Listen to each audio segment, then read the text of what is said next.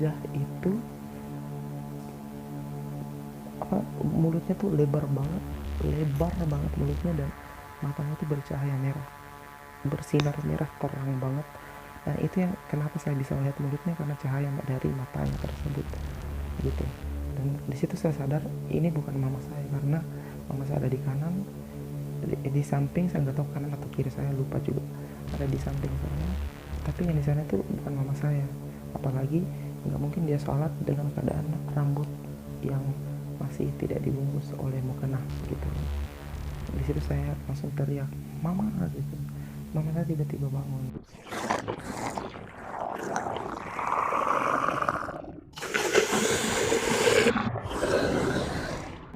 Hai, saya Muhammad Alsyam. Seperti yang kalian ketahui bahwa channel ini adalah channel yang menceritakan tentang hal-hal mistis yang pernah saya alami dan orang-orang yang ada di sekitar saya.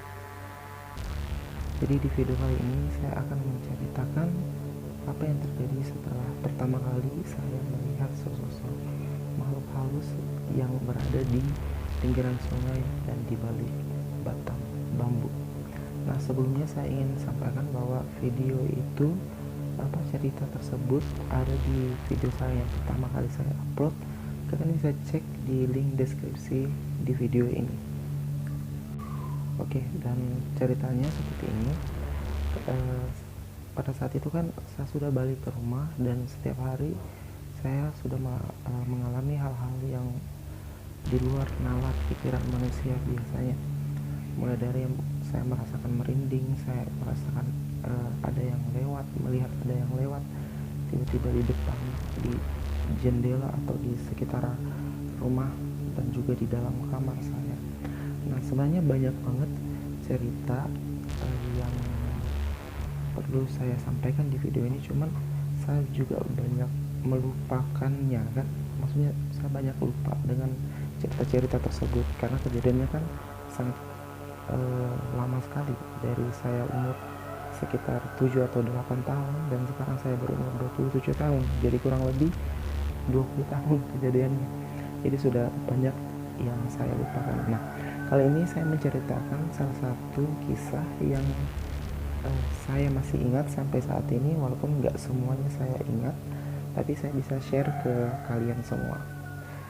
Nah ceritanya seperti ini.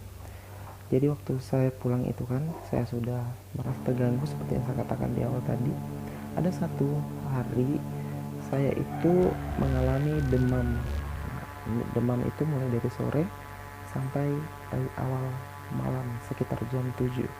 Saya demam, menggigil, dan almarhumah mama saya dan almarhum papa saya itu ngejaga ketat saya karena saya anak terakhir, anak bungsu.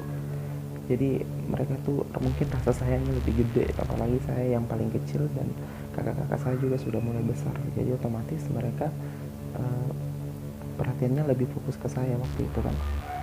Nah pada saat sudah maghrib ini kan, awal-awal malam itu kan, saya diberi kompres air hangat waktu itu, dan alhamdulillah demam saya mulai menurun gitu, mulai membaik.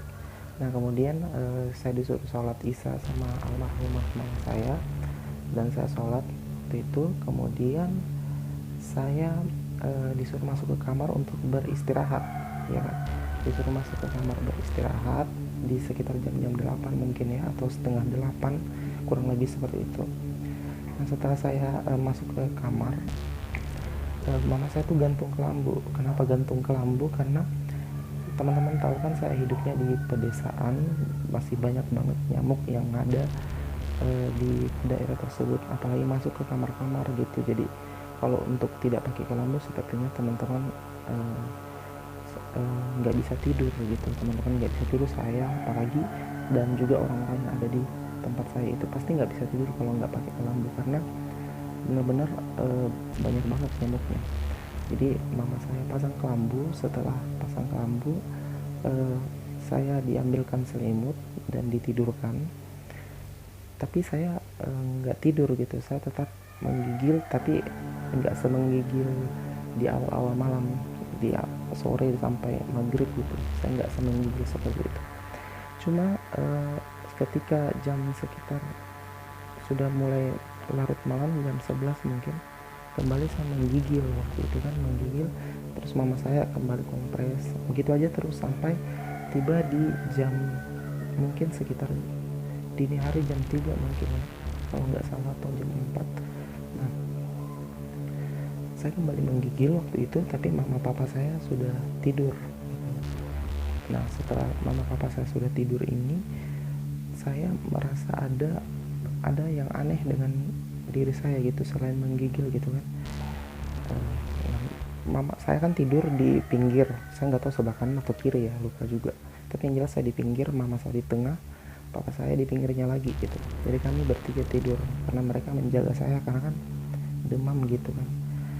Nah, anehnya ini tuh saya menggigilnya tuh kayak berbeda dengan menggigil yang seperti biasanya gitu, merasakan aneh yang pokoknya berbeda aja gitu. Nah, setelah saat itu mulai jam dini hari, jam 3 gitu kan, saya terbangun dan melihat ke luar kamar itu kan sudah gelap kan, mati lampu, dimatiin lampunya, dan di ruang tamu aja yang nyala. Jadi cahaya lampu itu yang di ruang tamu itu masih tembus ke dalam rumah, walaupun nggak seterang jika menyalakan lampu sendiri. Nah, pada saat itu saya melihat kan ada sesosok wujud manusia sih sebenarnya, badan berdiri di balik kelambu itu. Di ruangan itu kan ada kamar ranjangnya itu masih ranjang kayu yang dilapisi kasur tipis, jadi kita posisinya tuh agak di atas gitu. Kemudian dia tuh ada di depan saya waktu itu, dan saya pikir awalnya mama saya, jadi saya abaikan aja, apalagi suasananya kan gelap gitu kan, nggak kelihatan sama sekali. Pas saya balik badan, tiba-tiba ada mama saya gitu kan. Loh, ini mama saya ada di samping saya, terus yang di sana itu siapa? Nah, saya pikir mama saya yang lagi sholat tahajud gitu. Pas saya balik lagi ke arah yang berbeda, ke arah wujud tadi, tiba-tiba ini yang terjadi, tiba-tiba saya melihat wajah itu mulutnya tuh lebar banget mulutnya, dan matanya itu bercahaya merah, bersinar merah terang banget. Dan itu yang kenapa saya bisa melihat mulutnya, karena cahaya dari matanya tersebut gitu. Dan di situ saya sadar ini bukan mama saya, karena mama saya ada di kanan, di samping, saya nggak tahu kanan atau kiri, saya lupa juga, ada di samping saya, tapi yang di sana itu bukan mama saya. Apalagi nggak mungkin dia sholat dengan keadaan rambut yang masih tidak dibungkus oleh mukena gitu kan. Di situ saya langsung teriak, mama gitu. Mama saya tiba-tiba bangun, langsung dibilang, kamu kenapa? Ada yang saya lihat. Di situ saya mulai cerita, itu pertama kali saya cerita dengan orang tua, ada yang saya lihat seperti ini. Cuman papa saya tuh agak kurang percaya, masa sih, mungkin pengaruh demam, biasanya kan seperti itu kan, kalau kita demam kadang halusinasi itu bermunculan. Cuma masalahnya seperti ini, saya demam itu awalnya kan sehat-sehat aja, tapi setelah kejadian melihat sosok makhluk aneh yang ada di batang bambu ini, atau pohon bambu itu, saya mulai demamnya tuh sering banget, bahkan dalam 1 minggu kadang 2 hari demam, sembuh 2 hari, sakit lagi setelah itu berulang-ulang terus tuh kayak gitu. Nah, pada malam ini yang paling saya ingat juga, sosok itu yang mulutnya sangat lebar, rambutnya panjang, matanya bercahaya, dalam suasana gelap itu kelihatan banget, dan dia tuh balik agak-agak menyamping dari posisi saya tidur begini, itu ada di sini, agak-agak di samping saya kan. Jadi pada saat saya teriak itu dan papa saya tidak terlalu percaya, keesokan harinya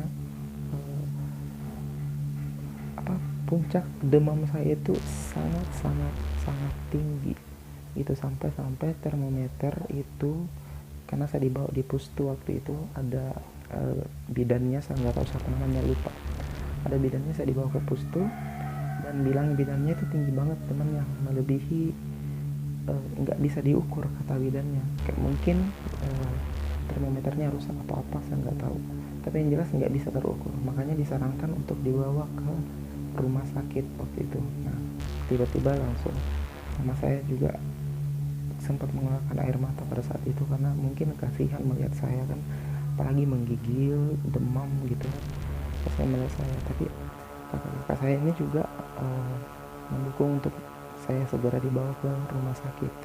Nah, setelah saya dibawa ke rumah sakit, saya lihat semuanya baik-baik aja, rumah sakitnya tuh benar-benar adem gitu, tenang, dan saya tidak melihat sosok apapun di situ, cuman demamnya masih tetap berlanjut gitu kan, demamnya tetap masih berlanjut. Dan ada saat waktu saya dikompres, sembuh, demamnya turun, naik lagi, turun, naik lagi. Nah, setelah beberapa hari saya di rumah sakit itu, kembali lagi ada sesosok makhluk-makhluk yang bermunculan di hadapan saya. Bukan hanya satu, tapi banyak banget makhluk yang bermunculan di hadapan saya seperti itu. Bukan cuma wujudnya tuh bukan wujud manusia, tapi ada kayak binatang gede banget, besar, ada ular, pokoknya banyak banget di situ. Dan saya akan ceritakan di video selanjutnya apa yang terjadi dengan saya, apa yang terjadi dengan kakak-kakak saya, apa yang terjadi dengan orang tua saya. Nah, demikian cerita saya di video kali ini.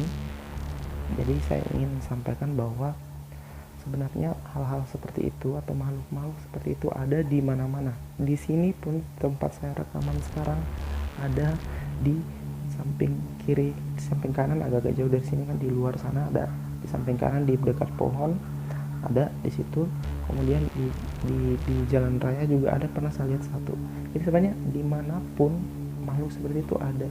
Jadi buat teman-teman yang tidak bisa melihat seperti itu, santai aja, anggap aja tidak ada seperti itu, santai aja. Dan juga lakukan aktivitas seperti biasanya.